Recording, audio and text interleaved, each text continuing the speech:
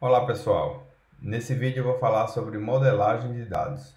Mais especificamente eu vou falar sobre o modelo ER, é o modelo Entidade Relacionamento. Nesse diagrama a gente tem um passo a passo de como seria a construção de um sistema baseado em banco de dados, do ponto de vista da aplicação em si e do ponto de vista da construção dessa base. Tá? Então, a gente começa aqui definindo o nosso mini-mundo. Por exemplo, no cenário de universidade, a gente tem diversas relações possíveis entre professor, disciplina, aluno, mas a gente precisa definir o nosso escopo, definir o que é que a gente quer considerar dessas possíveis relações entre essas coisas, né, para a gente implementar o nosso sistema, o que é de interesse para o sistema. Então, uma vez definido isso, a gente parte para a etapa de análise, né, coleta e análise dos requisitos. E aí a gente pode considerar isso tanto do ponto de vista de coleta de requisitos funcionais, ou seja, que funcionalidades são realmente importantes para a gente adicionar ao nosso sistema, quanto do ponto de vista de requisitos relacionados a armazenamento de dados. Se você pensa desde o começo da concepção do seu projeto também sobre dados, você vai conseguir pensar muito melhor também nas funcionalidades. Uma coisa ajuda a outra, tá? Então, é muito importante que você pense também em que dados você precisa armazenar e o porquê, e isso vai ajudar a você levantar questionamentos sobre que tipo de funcionalidades você precisaria ter, né? E por que que você precisaria ter essas funcionalidades. Então, a gente traçando esse paralelo aqui, a gente vê que você começa fazendo essa análise de requisitos funcionais e enquanto isso você está fazendo o seu design conceitual do seu banco de dados. Você está pensando em que entidades eu vou precisar armazenar, aluno, professor, né? Que atributos dessas entidades eu vou precisar armazenar, a matrícula do aluno, o nome do aluno, do professor, como é que eles se relacionam, né? Então, a partir disso, você vai começar também a pensar nas funcionalidades. Ah, vou precisar ter um cadastro de professor, vou precisar ter um cadastro de aluno, eu vou precisar ter uma funcionalidade para registrar uma disciplina, depois uma turma para essa disciplina em um certo período letivo. E aí você vai também pensando em paralelo como isso poderia talvez ser armazenado. E aí, dependendo da forma como você pensa que deveria ser armazenado, você poderia também pensar em funcionalidades adicionais que sejam consequência dessa forma de armazenar. Então, uma coisa está ligada à outra. Então, você tem que estar pensando nas duas coisas sempre em paralelo. E aí, uma vez você definindo esse design conceitual da sua base, esse design conceitual ele pode ser, por exemplo, um diagrama, um rascunho de como seriam essas coisas, tá? A gente tem modelos, que é esse modelo que a gente vai conhecer nesse vídeo, que é o modelo ER, por exemplo, ele define certas regras de como você especifica esse seu design. Isso ajuda outras pessoas a verem aquele diagrama e entender aquilo que você fez. De certa forma, você adiciona uma certa padronização para essa forma de fazer o design conceitual. Tá? Então, uma vez feito esse design conceitual, você vai partir para uma nova etapa aqui no lado dos dados, que vai ser o mapeamento do conceitual para o lógico. Você vai passar do ponto de vista conceitual para o ponto de vista lógico. O que é o ponto de vista lógico quando a gente fala de um SGBD? A gente vai ter aqueles nossos comandos create table, um comando add constraint, enfim, você vai ter aqueles comandos específicos para a gente estar criando a nossa base de dados. Isso é o que a gente chama de modelo lógico. A gente definir que chave estrangeira vai ter, que chave primária, esse tipo de coisa. Tá? E do ponto de vista da aplicação, a gente vai, a partir desse requisito, desse levantamento de requisitos funcionais, a gente vai ter uma definição de alto nível de quais seriam essas transações que estariam envolvidas na aplicação. Cadastro de professor, cadastro de aluno, criação de turma, são as transações que estariam envolvidas. Então, quando a gente parte para essa etapa aqui do mapeamento conceitual para o lógico, a gente, no lado da aplicação, a gente está fazendo a nossa implementação na nossa linguagem de programação. Então, essa nossa linguagem de programação, nessa nossa linguagem de programação, a gente vai especificar as funcionalidades e aí, uma vez especificado, uma vez que a gente programou o nosso sistema, ele vai estar conectado ao nosso banco e essa implementação física, ela vai utilizar a especificação física também do banco de dados. Ou seja, quando a gente utiliza aquele modelo lógico para criar as tabelas, ele vai utilizar uma representação interna, né? Como que esses dados de fato vão ser armazenados em disco, por exemplo, como vão ser os arquivos para representar isso. Isso é a representação interna que o SGBD utiliza, a representação física. Então, essa representação física que vai estar conectada à nossa aplicação, né, compilada, utilizando uma especificação de uma linguagem de programação.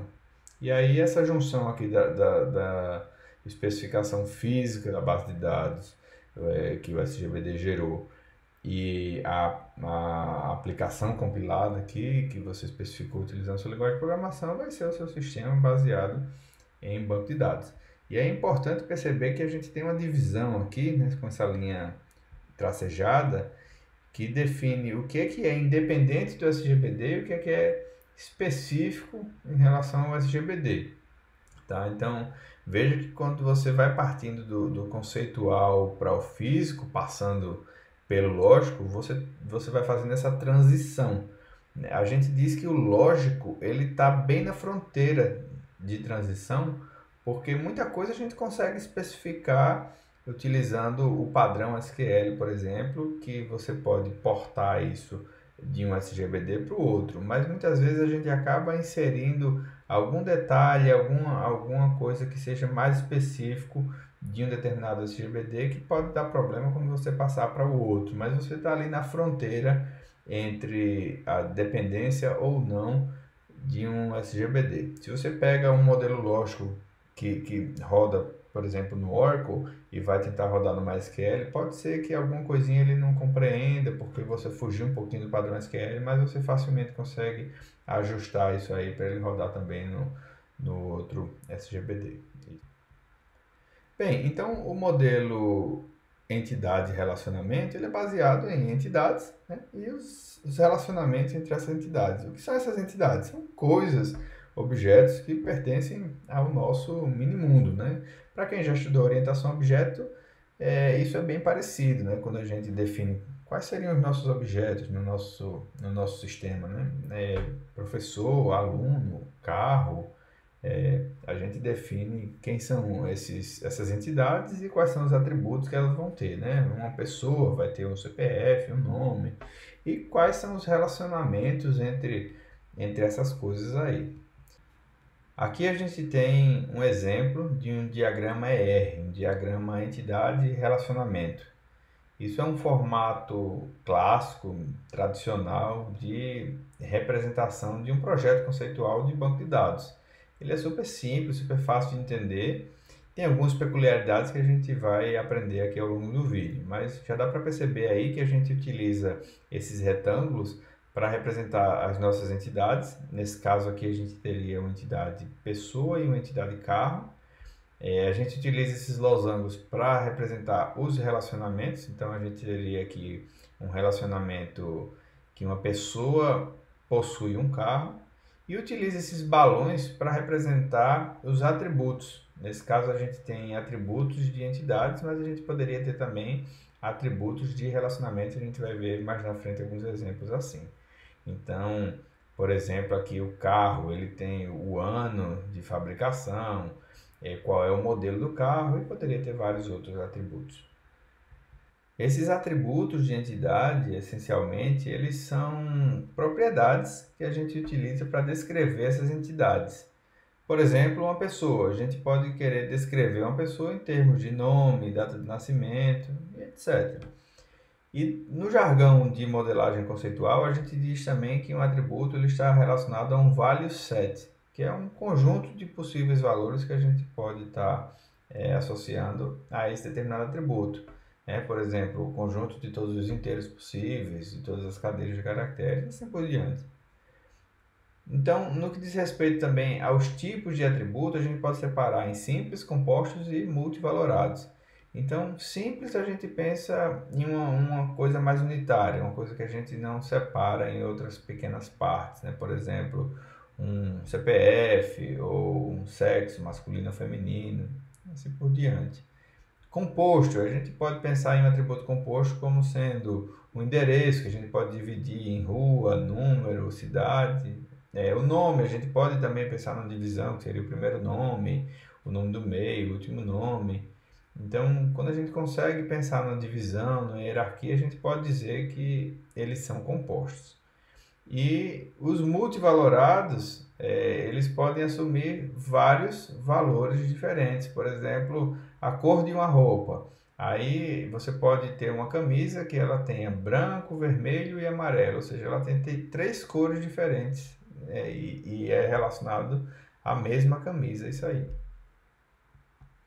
Então, aqui a gente tem uma pequena hierarquia aqui mostrando como seria estruturado, por exemplo, o endereço, a gente separando aqui em cidade, estado, aí a rua, você vê que a gente pode também separar isso o nome do logrador, o número. Aí isso é muito peculiar da forma como você imagina as coisas no minimundo. Então, cada um pode pensar de uma forma um pouco diferente.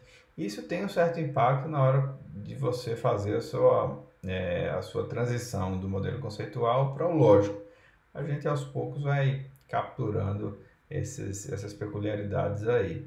Mas essencialmente, se você vai querer determinar uma coisa como sendo composta e representar isso aí de forma a capturar essa hierarquia, capturar esse detalhamento no seu modelo lógico, se você realmente for utilizar esses pequenos elementos internos, essas subdivisões, por exemplo, para fazer consultas. Por exemplo, você quer representar um endereço, então é importante você separar a cidade, porque de vez em quando você vai querer filtrar pela cidade, você vai filtrar pelo nome da rua, ou não, ou você simplesmente pega esse endereço e imprime na nota fiscal, nunca vai usar para fazer um tipo de consulta. Então, você pode essencialmente pensar nisso como uma coisa simples, apesar dele ter essa característica de composição. Então, isso você vai enxugar o seu modelo, você vai enxugar o seu sistema, vai colocar menos requisitos na aplicação e vai deixar ele menos custoso também, vai implementar mais rápido, mais barato. Então, veja que essas decisões, da forma como você representa os dados, têm impacto em todo o processo de desenvolvimento. Então, não existe uma regra, isso aqui é simples ou isso é composto. Ele tem uma característica de composição, mas você pode essencialmente considerar ele como sendo simples, ok? Quando a gente fala de multivalorado, a gente pode também pensar em uma coisa que seja multivalorada e também composta. Aqui tem um exemplo onde você representa os graus que você já obteve, por exemplo, num sistema que guarda currículos. Então, quais são os graus? Você tem graduação, mestrado, doutorado. Então, para cada grau desse, você vai ter uma área de concentração e a data que você obteve aquele grau. Você tem informações sobre aquele grau e onde foi, em que universidade, e assim por diante, tá? Então, você pode pensar nisso como sendo uma coisa composta, mas ele também pode ser multivalorado porque a mesma pessoa pode ter vários graus. Então, você pode pensar em situações assim também, misturando os dois conceitos. Quando a gente vê esse termo entidade na literatura, muitas vezes ele está se referindo a uma entidade específica, por exemplo, uma pessoa com determinado CPF, determinado nome, ou ele está se referindo ao grupo, a pessoa em geral, a carro em geral. E isso às vezes aparece de forma intercambiada. Às vezes o mesmo material ele se refere a essas duas coisas usando esse mesmo termo entidade. Então você tem que ter atenção para perceber ao que esse termo está se referindo de acordo com o contexto. Mas, em geral, é simples de perceber, dependendo da situação. Agora, quando você quer ser mais claro em relação a isso, a opção é você falar de tipos de entidade e utilizar a entidade para determinar um elemento específico, uma pessoa específica, um carro específico, tá? Mas isso não tem muito rigor em relação a isso e independente da situação, você vai perceber, né, ao que um determinado autor está se referindo.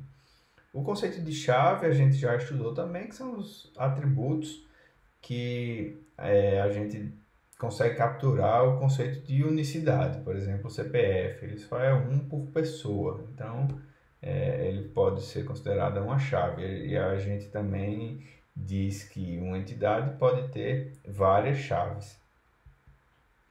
Essa chave ela pode ser composta. Nesse caso aqui a gente tem um exemplo de uma placa que ela poderia ter o estado e o número. Aí a gente poderia ter outros formatos de placa também compostas, por exemplo, letras e números. Mas a ideia aí é só para mostrar que a gente poderia estar combinando dois atributos para formar uma chave para poder a gente capturar o conceito de unicidade. Aí, carro, ele poderia ter outras chaves além de placa, né? Que poderia ter Renavan, número do chassi. Então, a gente já estudou isso, a gente sabe que chave, ela captura o conceito de unicidade e que a gente pode ter várias chaves pertencentes a uma mesma entidade. Em um diagrama ER, a gente marca com sublinhado todas as possíveis chaves. Isso é diferente de quando a gente faz aquele diagrama relacional, só com aqueles cabeçalhos de coluna, onde a gente coloca o nome de cada coluna e marca com sublinhado apenas a chave primária. E aí faz aquelas setas ligando as chaves estrangeiras de uma tabela à chave primária de outra. Então, naquele diagrama lá, a gente marca apenas a chave primária com sublinhado, mas nesse aqui, no diagrama R, a gente marca todas as chaves com sublinhado. A gente também pode diferenciar tipo de entidade de conjuntos de entidades. O que é isso? Se você considerar uma entidade como sendo um elemento específico, uma pessoa específica, então você vai dizer que você tem várias dessas armazenadas no banco de dados. Então você vai ter um conjunto de entidades, enquanto que o tipo seria pessoa, tá? Mas isso é só para você ver que existe essas pequenas variações de terminologia e para você estar ciente de acordo com o material que você for estudar, mas não é nada que você precise se apegar muito nesse momento. Em relação aos domínios dos atributos, né, a gente diz que cada atributo, um atributo simples, ele é associado a um value set, que é um conjunto valor, né? E esse conjunto valor ele vai especificar, né, todos os possíveis valores que a gente pode atribuir, né, associar aquele atributo.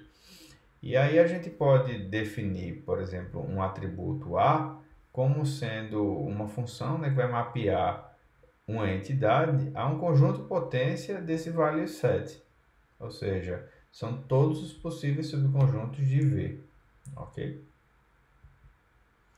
Aqui a gente tem um exemplo de uma representação utilizando o diagrama R para uma entidade do tipo carro. Então, a gente teria vários atributos aqui. Veja que a gente tem atributos compostos. Esse registro do carro, ele tem o estado e o número, né, que seria a placa desse carro. A gente teria um outro ID aqui que poderia ser usado como chave também, por isso que também está marcado.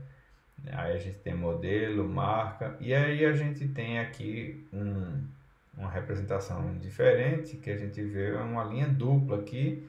Isso aqui é para representar um atributo multivalorado, no caso um carro que tem duas cores, seria preto e branco. Então um atributo multivalorado aqui no diagrama R é representado por essa linha dupla aí no atributo. E quando a gente quiser referenciar uma determinada tupla de uma entidade, de um tipo de entidade, a gente pode utilizar essa notação aqui com parênteses, por exemplo, esse carro 2 aqui, a gente abre parênteses, que é onde começam os valores, né, desse carro, e aí dentro tem outro parênteses aqui, porque a gente teria um tipo composto, um tipo de atributo composto, e aí teriam os outros valores de atributos aqui, e entre chaves aqui teria o atributo multivalorado. Nesse caso, nesse terceiro aqui, a gente teria dois valores aqui, branco e azul, para esse terceiro carro. Então, é só uma anotação que a gente pode utilizar quando a gente quer referenciar uma tupla de uma determinada entidade. Aí eu queria que vocês parassem um pouquinho, daqui a pouco o vídeo, eu vou avisar para vocês pararem, seria para vocês pensarem um pouquinho quais seriam as entidades naquele esquema company que a gente já viu em materiais anteriores, né? Aquele que relaciona empregados a projetos, etc. Então vocês tentassem especificar quais são as entidades que vocês acham que tem ali naquele esquema. Então vocês podem dar uma pausa agora e depois vocês olham o meu comentário. Então, voltando da pausa, que eu espero que você tenha dado, tenha refletido, vocês poderiam ter chegado aí a esse resultado que seria departamento, projeto, empregado e dependente. Mas pode ser que alguns de vocês tenham colocado outras coisas aí além desse. Então é bom ter cuidado para ver se isso faz sentido ou não, porque algumas coisas vocês podem confundir com relacionamentos. Então, nem tudo que a gente vê como uma tabela, por exemplo, no modelo relacional, é uma entidade. Você pode ter tabela representando relacionamento entre entidades também. Então, nesse caso aqui, a gente teria essas quatro entidades e a gente pode fazer um esboço inicial aqui de como seria o projeto do banco de dados, considerando apenas esse conceito de entidade e de atributos de entidade. Ou seja, a gente não está ainda representando relacionamentos. Então veja que a gente começa a fazer umas coisas estranhas aqui, se a gente quiser forçar a barra para fazer uma representação sem considerar os relacionamentos. Veja que o workzone, ele essencialmente é um relacionamento, né? Você diz que o empregado ele trabalha em um projeto, ele se relaciona com outra coisa aqui que é o projeto. Mas se você não considera relacionamentos, você passa a colocar ele aqui como se fosse um possível atributo multivalorado, onde você tem um empregado, tem vários projetos onde ele trabalha, mas isso não é muito adequado. O ideal é a gente realmente utilizar relacionamentos para representar essas coisas.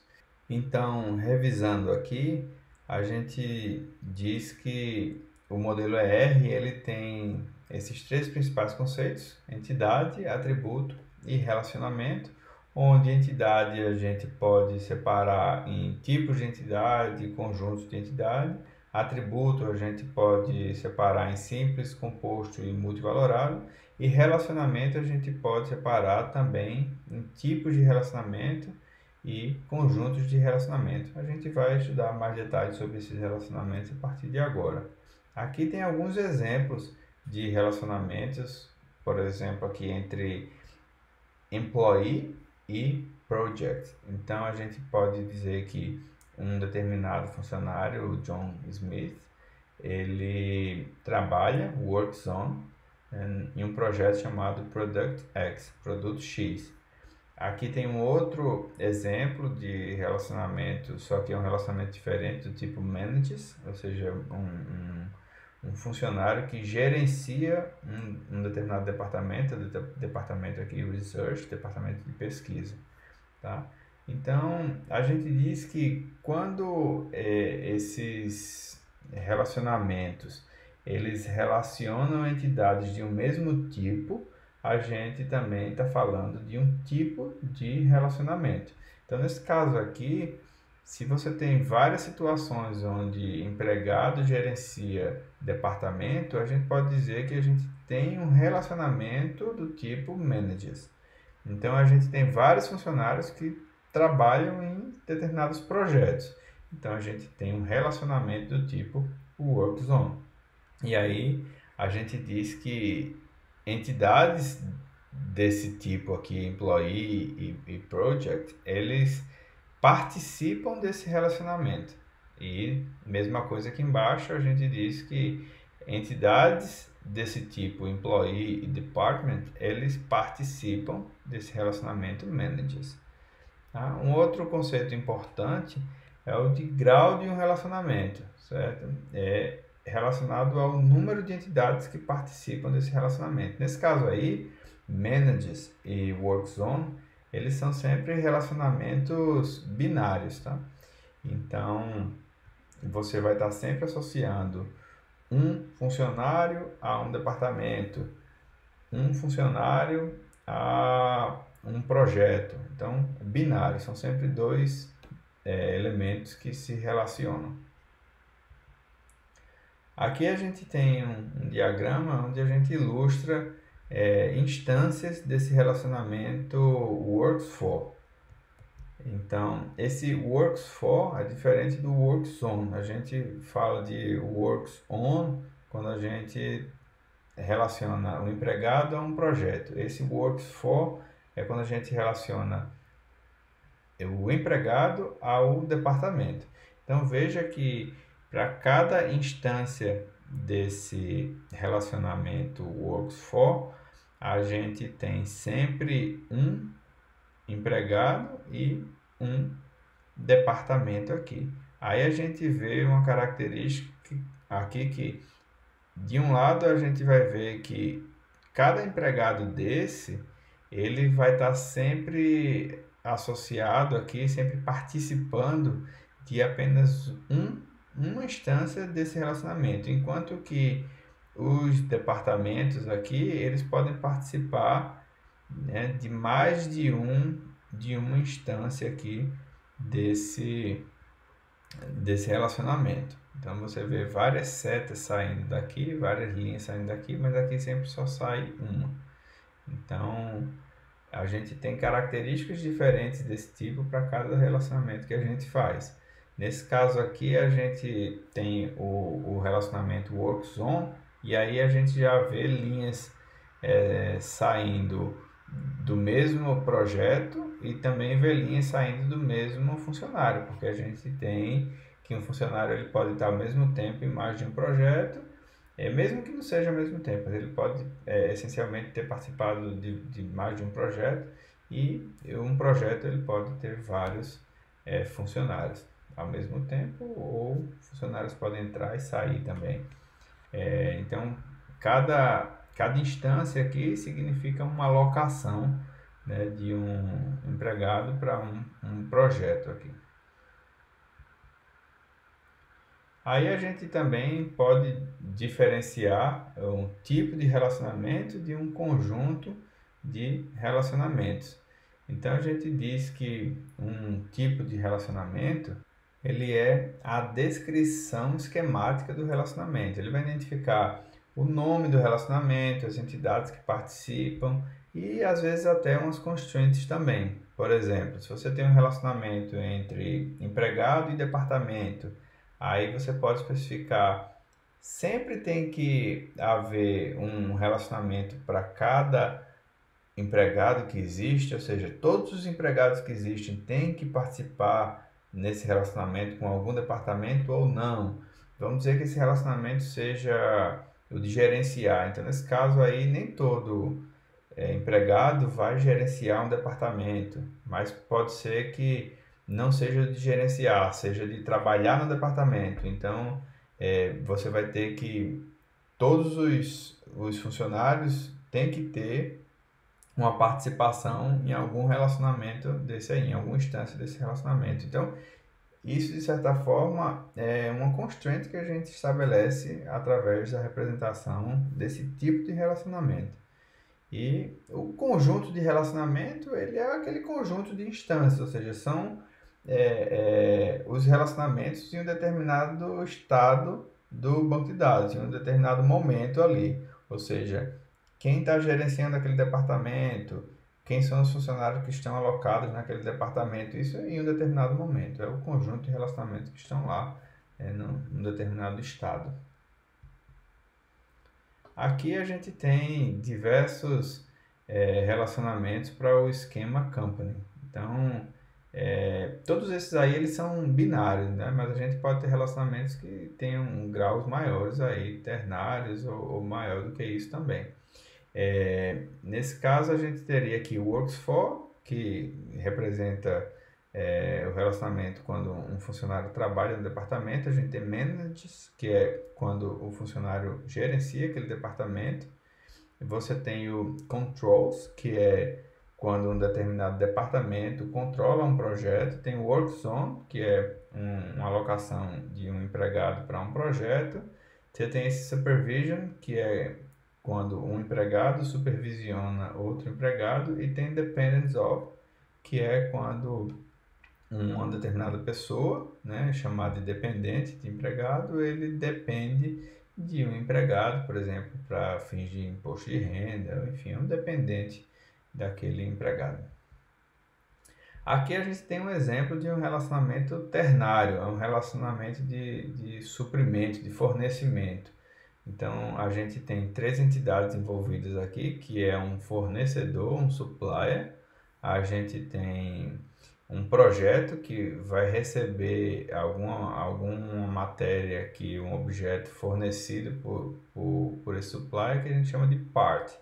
Então, essa parte pode ser, por exemplo, uma peça, um equipamento que esse supplier fornece para esse projeto.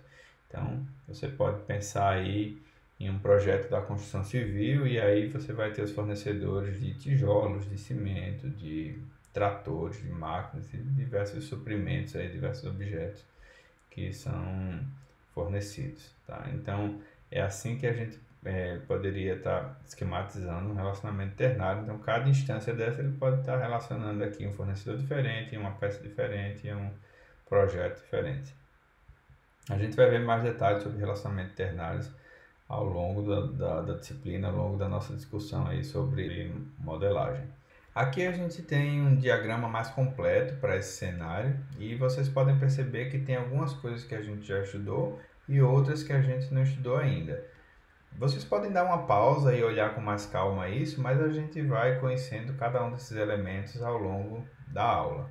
Então, dentre os que a gente já conheceu, a gente tem aqui os retângulos, tem esses balões, tem os sublinhados, tem essa linha dupla no atributo, que é o multivalorado, mas a gente tem aqui esse tracejado, a gente tem essa linha dupla entre entidade e relacionamento, a gente tem essas linhas duplas aqui na entidade e no relacionamento. Então a gente vai conhecendo cada uma dessas coisas aqui ainda ao longo da aula. Uma coisa importante quando a gente define um relacionamento é a gente definir qual é a cardinalidade desse relacionamento.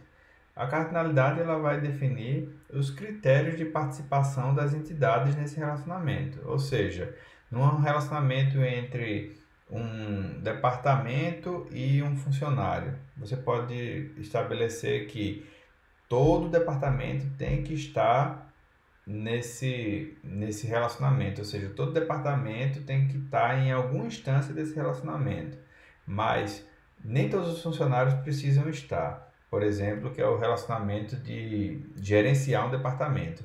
Todo departamento precisa de um gerente, mas nem todo funcionário é gerente de departamento. Então, esses critérios você define a cardinalidade do relacionamento, né? Então, ela pode ser um para muitos ou muitos para um, de acordo com o lado que você esteja analisando esse relacionamento. Pode ser muitos para muitos.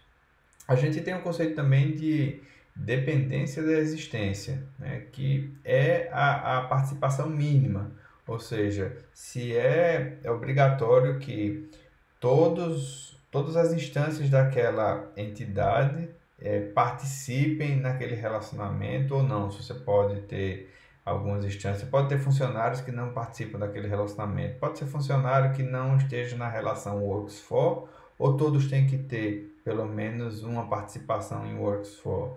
Então, essa é a participação mínima também, faz parte desses critérios de cardinalidade.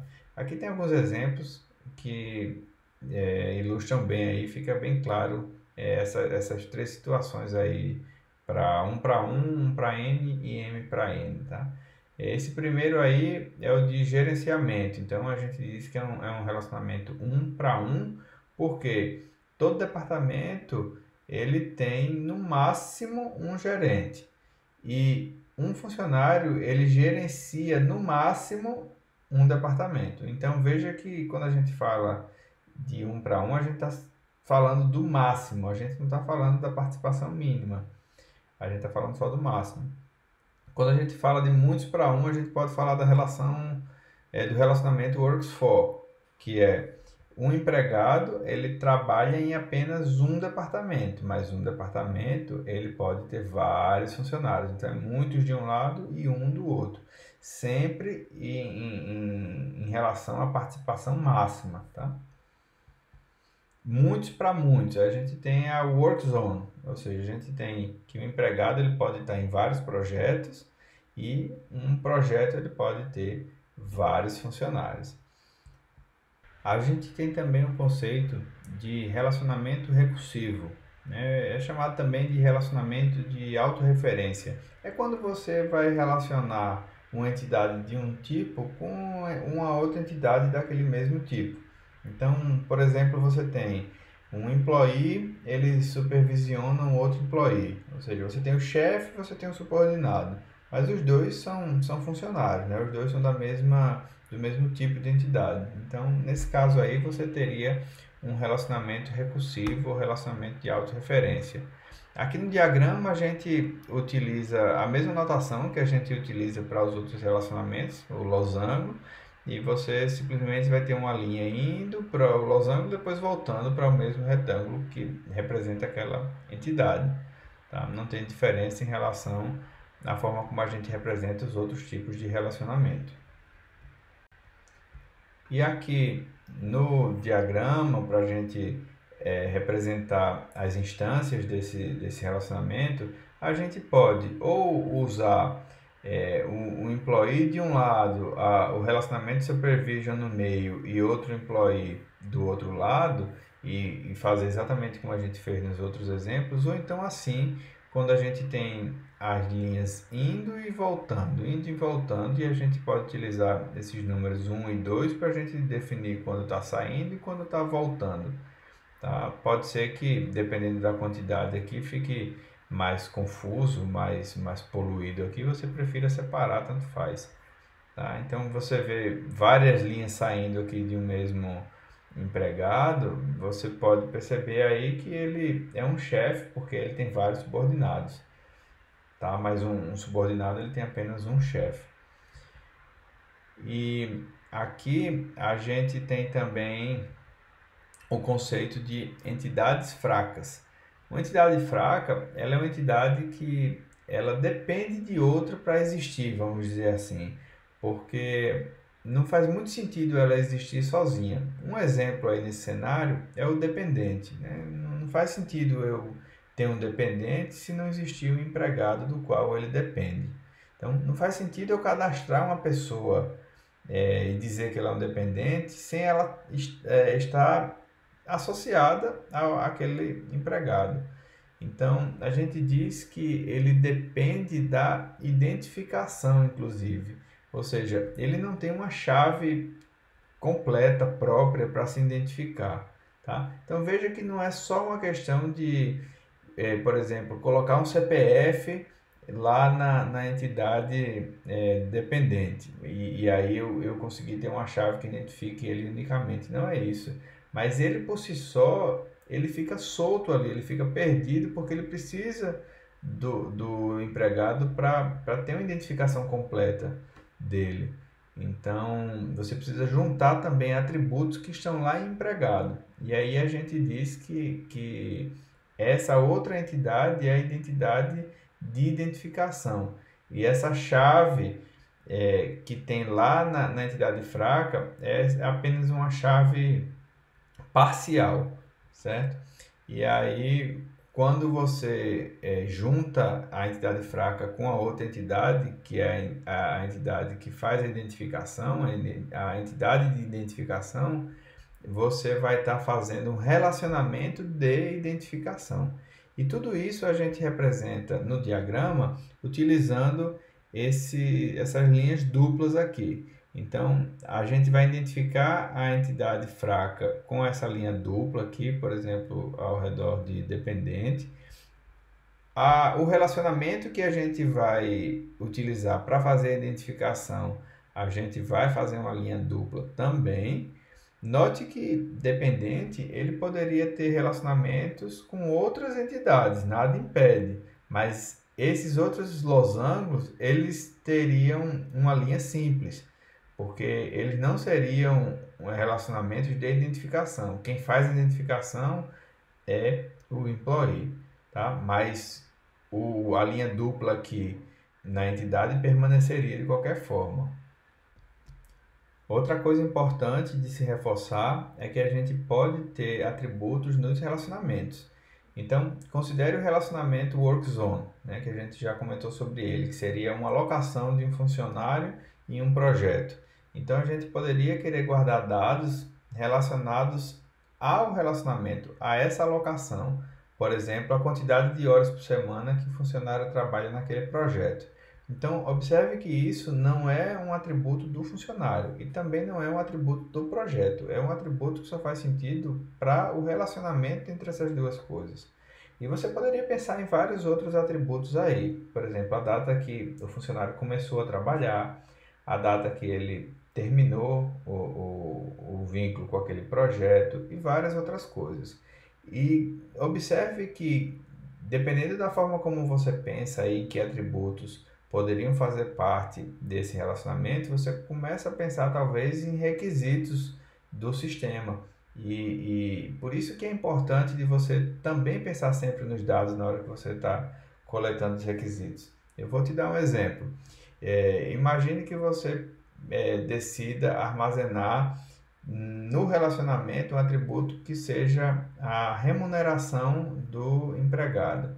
Aí você vai pensar, será que a remuneração é por projeto ou é uma remuneração comum a todos os projetos que o funcionário participa? O que é que eu quero dizer? Será que a hora que é paga para ele trabalhar no projeto A pode ser diferente da hora que é paga para ele trabalhar no projeto B? Ou será que é o mesmo valor de hora? Ou será que é um salário fixo que vai estar lá na tabela de funcionário, salário e pronto, independente do projeto que ele está alocado? Então veja que tudo isso muda a forma como o sistema funcionaria, muda a forma como a gente entende o problema que a gente está querendo representar no sistema. Então você pode querer também determinar no relacionamento entre projeto e funcionário, você poderia querer representar a função do empregado, né? O papel que ele vai ter no projeto, se ele vai ser um testador, se ele vai ser um desenvolvedor. E isso também está relacionado aos requisitos. Será que pode? Será que o funcionário ele não executa sempre aquela mesma função? Será que pode variar ou não? Então, quando a gente começa a querer pensar em que dados a gente armazena ali, a gente também está pensando em requisitos, em negócio, em modelagem de negócio. Então, é sempre bom essas coisas estarem sendo definidas, sendo analisadas em paralelo. Então, nesse diagrama aqui, a gente pode ver que o relacionamento WorkZone, né, ele está ligando aqui projeto a empregado, e a gente puxa um balãozinho aqui e representa esse atributo horas, que seria, por exemplo, a carga horária semanal, e a gente poderia puxar outros balãozinhos aqui da forma como fosse necessário. Outra coisa importante para a gente detalhar agora é o critério de participação de uma entidade em um relacionamento, ou seja, a cardinalidade do relacionamento. Então, aqui tem vários exemplos interessantes e a gente pode ver como é que a gente pode ilustrar isso. Então, a gente utiliza esses símbolos aqui, N, junto ao relacionamento, e a gente determina essa cardinalidade. Por exemplo, um departamento ele tem vários empregados, então N. Então, esses vários empregados, eles estão associados aqui, eles trabalham em apenas um departamento. E aqui a gente tem uma cardinalidade 1 para 1. Um departamento ele é gerenciado por apenas o empregado, e o empregado ele gerencia no máximo um departamento.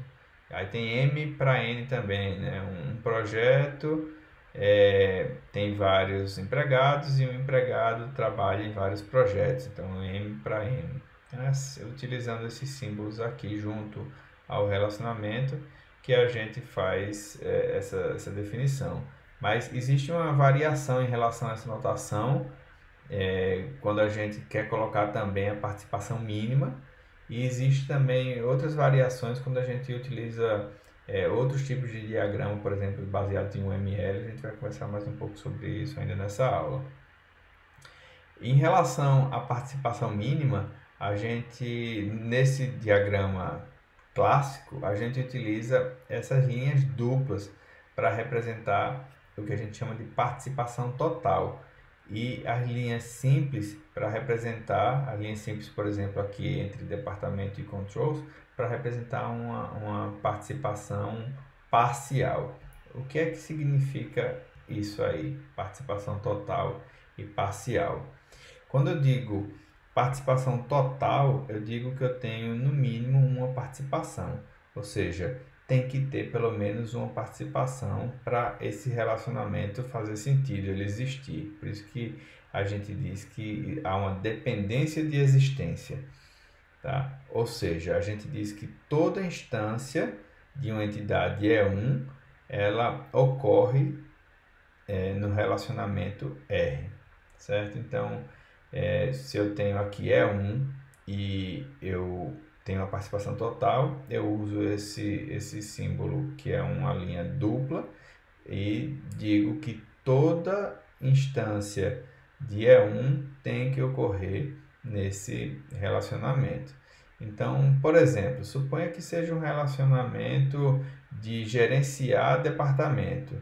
Então, todo departamento ele precisa ter um gerente, se isso é uma regra de negócio. Então, a participação do departamento nesse relacionamento managers, ele é total, né? Se você voltar aqui para o diagrama, você vai perceber isso aqui. Em managers, departamento, ele tem linha dupla. É porque não faz sentido eu fazer um relacionamento de gerenciamento sem ter o departamento, tá? E no lado do empregado, né, nesse exemplo que eu estava falando do relacionamento managers, eu posso ter empregados que não participam de relacionamento de gerenciamento. Tem empregados que eles não são gerentes. Então, não existe um mínimo.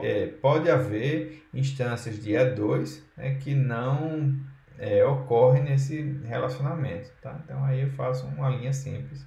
Então, nesse caso aqui, eu tenho duplo de um lado e simples do outro. Então, é participação total de um lado e participação parcial do outro.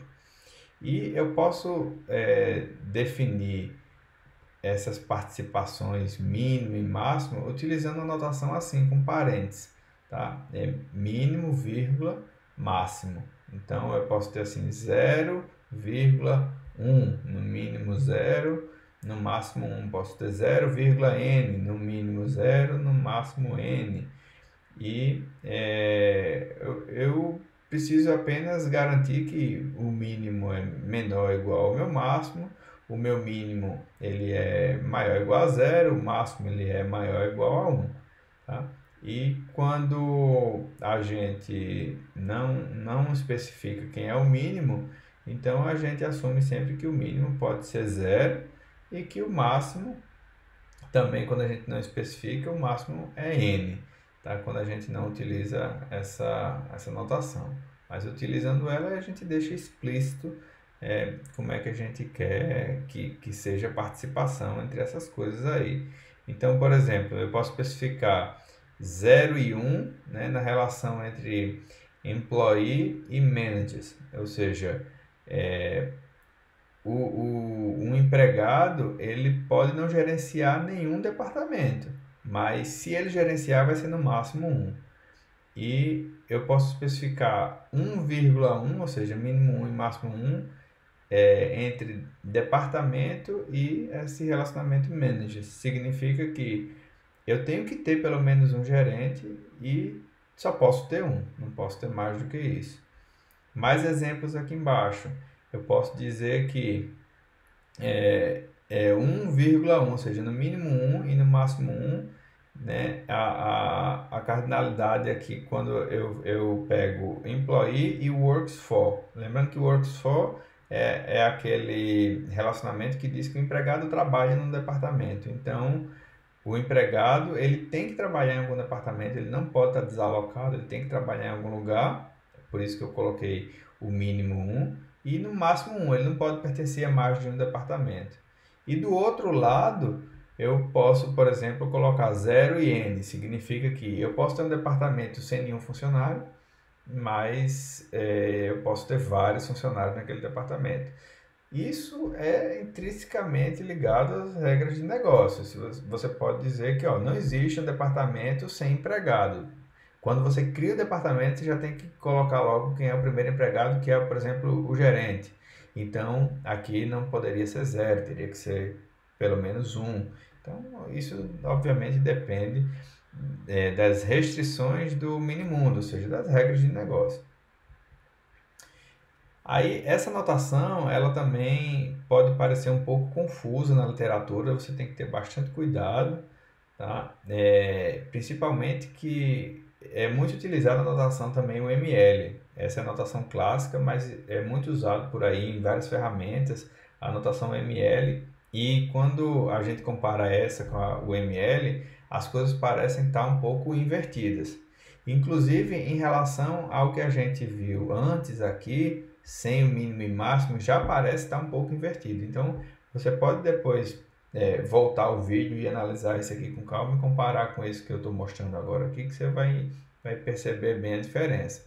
Então, veja que aqui eu tenho 0,1 desse lado esquerdo e 1,1 desse lado direito. O que é que eu quero dizer?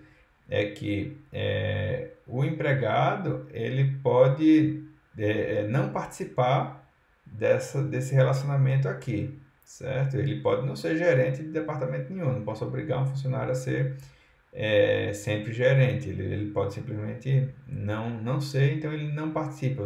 E nesse caso aqui, se você tivesse 1.000 empregados, boa parte deles não iria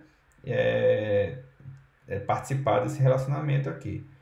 Aí, mas se participa, né, dentre esses 1.000, você tem 50 que são gerentes, ele só vai participar de um relacionamento, tá? E do outro lado, eu tenho que o departamento ele tem no mínimo uma participação, né? Se esse relacionamento existe, tem que ter o departamento, né? Que é o equivalente ao total aqui, né? Eu preciso que ele exista. Aí veja que eu não tenho linha dupla. Eu coloco aqui o mínimo, né, e o máximo, e não tenho aquela representação com linha simples e linha dupla. Então você tem que ter esse cuidado que quando você usa notação com mínimo e máximo, você não tem essa linha simples e linha dupla, você determina por esse 0 ou 1 no mínimo, tá? E aqui embaixo a mesma coisa. Aí veja que o máximo era 1 quando era perto do empregado e 1 perto do departamento. E nesse de baixo aqui é 1 perto do empregado e N perto do departamento. Mas se você voltar aqui, você vai ver que nessa Works For você vai ter 1 do lado do departamento e N do lado do empregado. Veja que é diferente aqui. Tá? O N dessa vez está do lado do departamento. É um pouco confuso, mas é assim que tem nos livros textos, nessa notação clássica. Quando a gente utiliza a notação com mínimo e máximo, as coisas parecem estar invertidas. Aí você pode pensar de uma forma diferente para ajudar a entender. Por exemplo, você pode pensar nessa notação aqui que um departamento, aí você navega para o outro lado, tem N empregados e esses N empregados estão em apenas um departamento. Isso você pode pensar assim para facilitar o entendimento.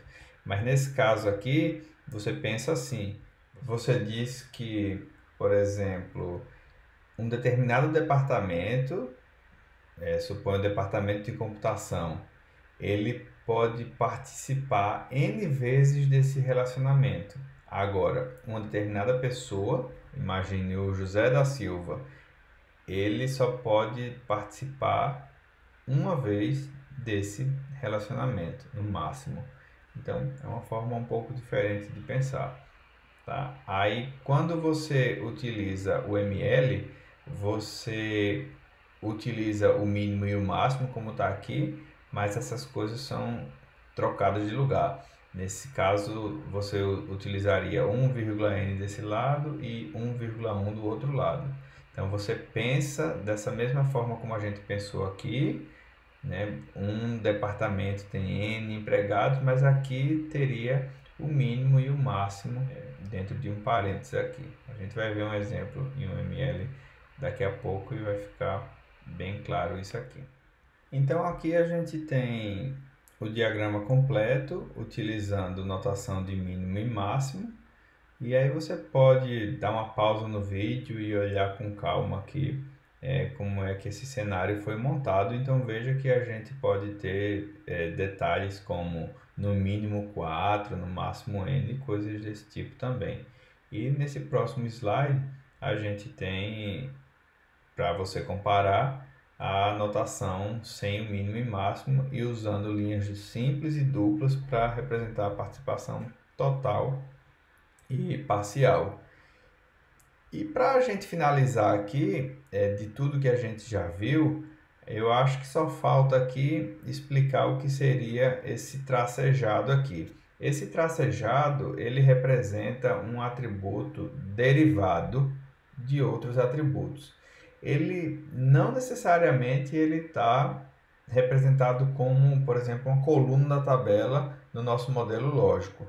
Tá? Ele é um atributo que a gente pode querer considerar ele no modelo conceitual, mas no modelo lógico ele não está lá representado.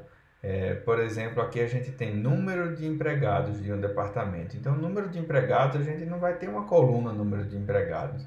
A gente tem como calcular o número de empregados fazendo uma consulta nessa tabela e retornando a quantidade de elementos que tem lá armazenados, tá certo? Mas aí, conceitualmente, a gente pode querer definir esse atributo aí para facilitar o entendimento, porque pode ser um atributo que use bastante, enfim, por algum motivo a gente quer manter ele no modelo conceitual, mas aí a gente frisa que ele é derivado, né, que ele não é explicitamente armazenado, e utilizando esse tracejado aí.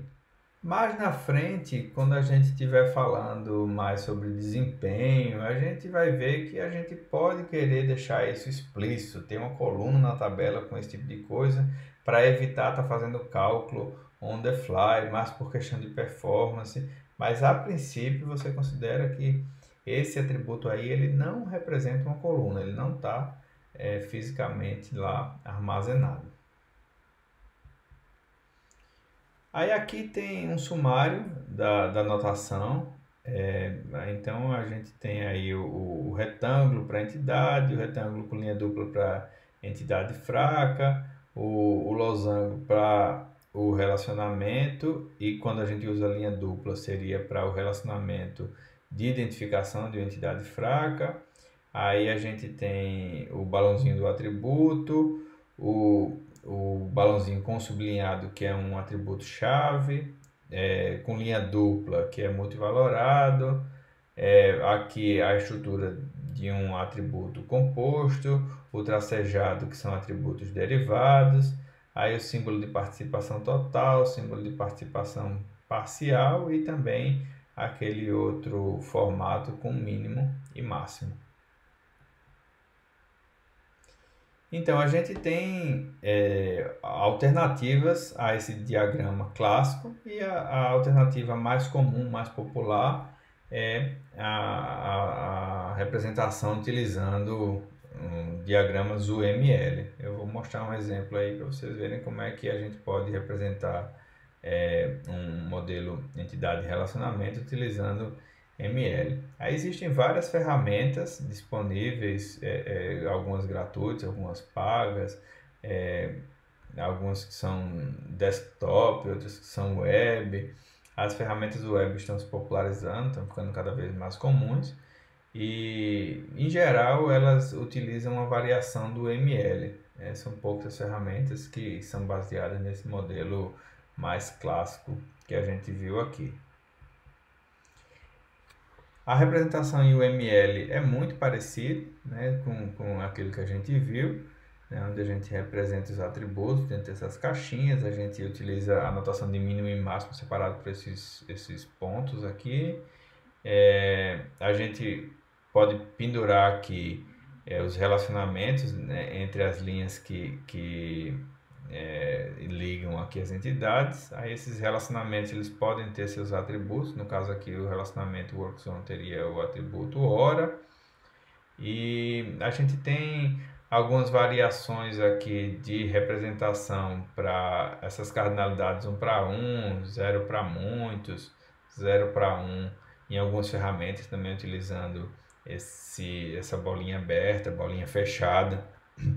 Existem outras também, por exemplo, tem algumas ferramentas que você vem com uma linha, depois a linha se abre para dizer que é muitos, ou tem um tracinho para dizer que é um. A gente vai usar várias ferramentas na disciplina e a gente vai ver algumas variações desse tipo também. Então, existe uma certa salada de notação aí, e isso é um trade-off também de você utilizar ferramentas que cada uma tem suas peculiaridades. Tá? Esse daqui é o formato também padrão ML, mas ele também pode ser adaptado pelas ferramentas para fazer essa representação. Aí a gente utiliza esse símbolo de associação qualificada, né, agregação qualificada, para representar as nossas entidades fracas, que é como está aqui, né? A gente puxa a nossa chave parcial para cá, para perto da entidade que possui aquela entidade fraca, né, entidade dona, e utiliza esse símbolo de agregação para fazer essa notação de entidade fraca. E aí a gente diz que a chave parcial, né, no caso aqui seria o nosso dependent name, é chamado de chave discriminadora. Tá? Aí tem algumas informações mais a título de dica, são coisas que vocês vão percebendo ao longo da experiência, né, do dia a dia de modelagem de banco de dados.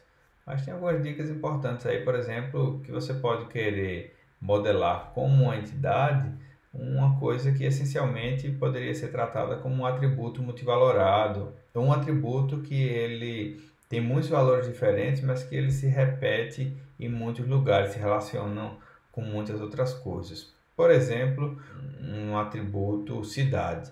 Né? Você pode ter um atributo cidade em pessoa, que é a cidade onde a pessoa nasceu, mas você pode ter também um atributo multivalorado cidade lá em departamento, que são as cidades onde o departamento atua. E, enfim, você pode ter cidade relacionada a várias coisas. Então, você pode tratar a cidade como sendo uma entidade por si só e fazer relacionamento dessa entidade com outras coisas. Isso vai depender muito do problema que você tem em mãos para resolver. Por exemplo, você pode querer guardar atributos dessa cidade, como, por exemplo, o prefeito dessa cidade, ou até a geometria da cidade para fazer algum tipo de análise espacial. Então, dependendo do que você precisa fazer com essa cidade, você pode achar mais interessante considerar ela como uma entidade e fazer relacionamentos, ao invés de tratar ela como um simples atributo. E se alguns dados da cidade são atualizados com muita frequência, né, por exemplo, o prefeito de vez em quando muda, ou alguma outra informação da cidade que muda e que você precisa guardar, então faz todo sentido esse dado ser armazenado de forma separada, está lá, por exemplo, no modelo lógico como uma tabela independente, tabela do cadastro de cidades. Aqui tem umas coisas que eu já comentei sobre a cardinalidade em UML. Se você quiser, você pode dar uma pausa no vídeo e olhar com calma para relembrar. Mas é bom reforçar que quando a gente utiliza o ML, a gente utiliza a notação com mínimo e máximo. esse mínimo e máximo ele fica próximo da entidade, né? Diferente da notação clássica com mínimo e máximo. Ou seja, a gente raciocina da mesma forma como a gente faz com a notação clássica sem o mínimo e máximo. Ou seja, a gente tem aqui um departamento, ele está relacionado a 4 empregados, né? Ou vários empregados, no mínimo 4 e no máximo vários empregados, né? Que trabalham nesse departamento. E a gente tem que esses empregados, aqui esses 4 ou vários, eles trabalham em um e no máximo um departamento. Então, a gente faz essa leitura navegando dessa forma e utiliza a notação com mínimo e máximo aí. E aqui a gente tem vários exemplos aqui de diferentes notações, que dá para ter uma ideia da diversidade que é, mas é uma coisa que é fácil de adaptar, porque a gente sabe quais são as possíveis situações que a gente tem de participação total, parcial, notação com mínimo e com máximo. Então, isso vai variar de acordo com a ferramenta que você venha a utilizar para fazer essas representações, mas você se situa ali quando começa a usar a ferramenta, depois você se acostuma sem maiores problemas. Aquela notação que eu falei há pouco, onde você tem uma linha e a linha se abre, é uma notação desse tipo aqui, para representar vários de um lado e um do outro. Mas você tem notações como essa aqui, desse item 4, que você representa no mínimo 1, no máximo 1, com 2 tracinhos, ou no mínimo 0 com essa bola aberta e no máximo vários com essa linha abrindo aqui. Então, tem uma grande variedade aí de notações nessas ferramentas. E aqui embaixo tem algumas notações do modelo ER estendido, que aí a gente só vai conhecer na próxima aula.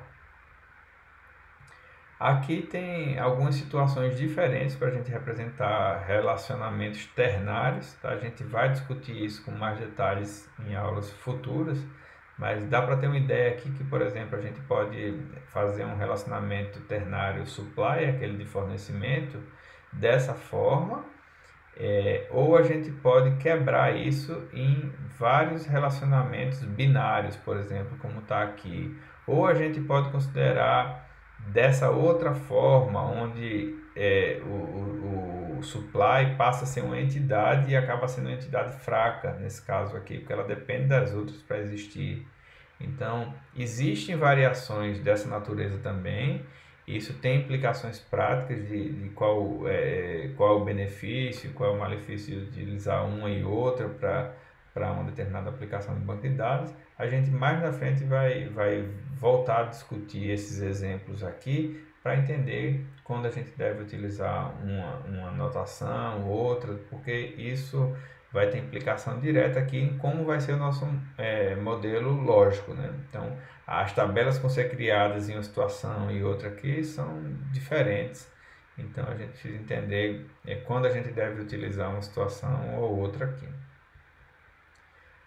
E aqui a gente tem outro exemplo de relacionamento ternário, e aí está misturado aqui, né? Tanto a notação com relacionamento que junta os três aqui, quanto os relacionamentos binários. A gente pode querer também juntar tudo dessa forma, e a gente vai discutir isso mais na frente aí para entender o porquê.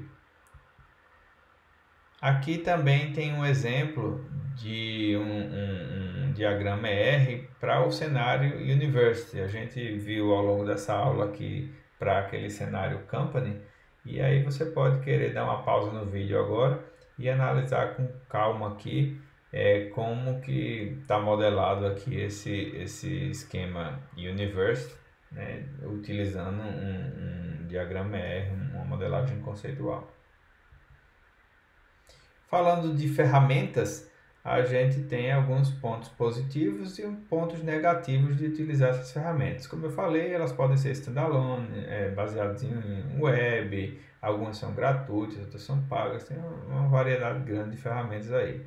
Falando dos aspectos positivos, a gente tem que ela ajuda na documentação do sistema, ela provê uma interface, né, que fica fácil de você ir desenhando esses diagramas e pensando em conceitualmente como seria o seu banco de dados, que tipo de dados você quer armazenar. Facilita a edição, principalmente se for uma ferramenta que gera código. Então, alterou o banco de dados, você pode pensar de forma conceitual e editar e gerar o código, né? E é justamente esse último ponto aqui que tem como aspecto positivo, que é você poder gerar código através de uma modelagem conceitual. Mas isso também pode estar ligado a um aspecto negativo, porque você pode gerar código inadequado, gerar um código de um jeito que você não faria, em vários aspectos, né? Por limitação, ele pode fazer sempre um mapeamento que você não gosta de fazer, ou seja, gerar tabelas de um jeito que você não geraria, ou em relação à forma como você gosta de nomear suas chaves estrangeiras, coisas desse tipo. Isso pode ser, você pode achar ruim gerar código utilizando essas ferramentas, né? Como qualquer gerador de código que tem a parte boa e a parte ruim. Outro aspecto negativo foi o que eu já falei também, que é essa grande variedade de notações aí, mas isso é contornável, você pode se adaptar facilmente à ferramenta que você pega, em alguns minutos ali você entende a notação e normalmente consegue contornar essa dificuldade aí. E podem ter outras limitações da ferramenta que podem fazer com que fique engessada a forma como você especifica certos relacionamentos e aí, consequentemente, gerar códigos também de forma limitada. Enfim, existem algumas limitações na forma de você representar conceitualmente o seu banco de dados em algumas ferramentas e isso pode ser um fator negativo também. E por fim fica aí o capítulo do nosso livro-texto para uma leitura, né, mais detalhada sobre isso aí que eu falei aqui nesse vídeo. Então, espero que todos tenham gostado da aula e então até o próximo vídeo.